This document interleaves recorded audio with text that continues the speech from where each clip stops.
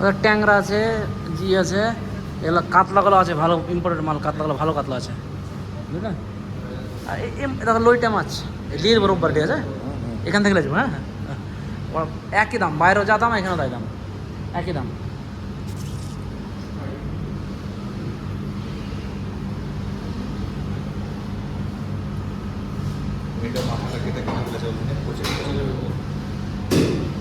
কাঁকড়া আছে,